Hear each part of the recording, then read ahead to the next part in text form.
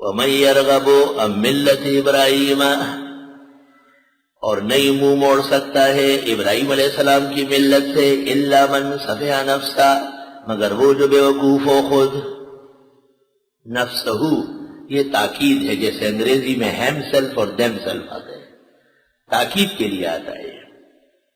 من پختو کے وایو ناڑی مخ د ابراہیم علیہ السلام دلارینا مگر آغا سوک چه پخپلا بے وقوفی. دا خو بسو دیر کمقل سڑک جمرلی بزرگ ریدی.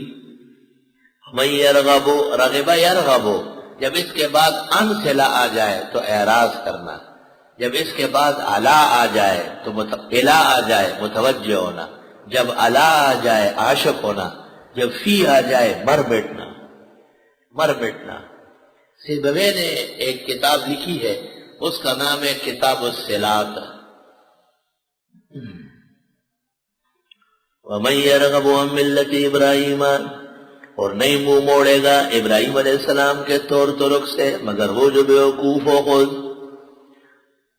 باقی ملت اور دین میں کچھ فرق بیان کیا گیا ہے.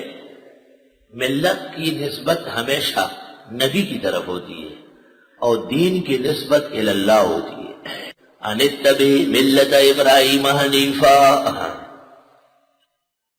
وَلَقَدِ اصْطَفَيْنَاهُ فِي الدُّنْيَا، اور ہم نے چنا تھا ابراہیم علیہ السلام کو دنیا میں.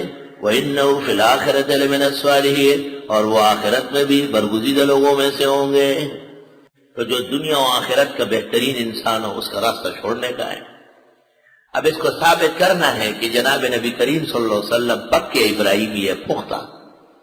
آپ کو کہا جاتا ہے آپ حنفی نہیں ہیں، آپ سنی نہیں ہیں، آپ ایسے نہیں ہیں، ایسے نہیں ہیں، اور کہنے والے وہ ہیں جن کے سر سے پاؤں تک سوراخ بنے ہوئے ہیں.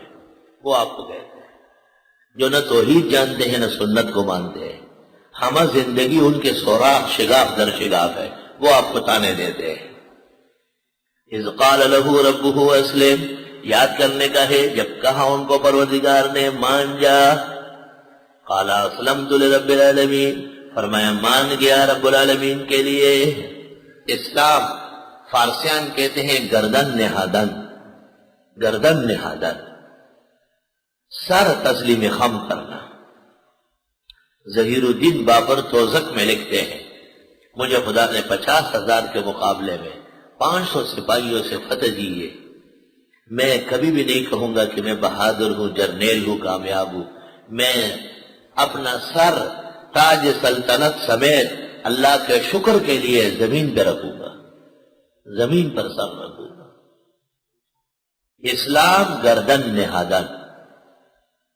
اسلام ظاہری انقیاد کو کہتے ہیں، اور جب دل بھی وسعت ہو تو ایمان بھی ہوتا ہے. ہر اسلام ایمان ہے اور ہر ایمان اسلام ہے، باعتبار اعتبار کے. یہاں کامل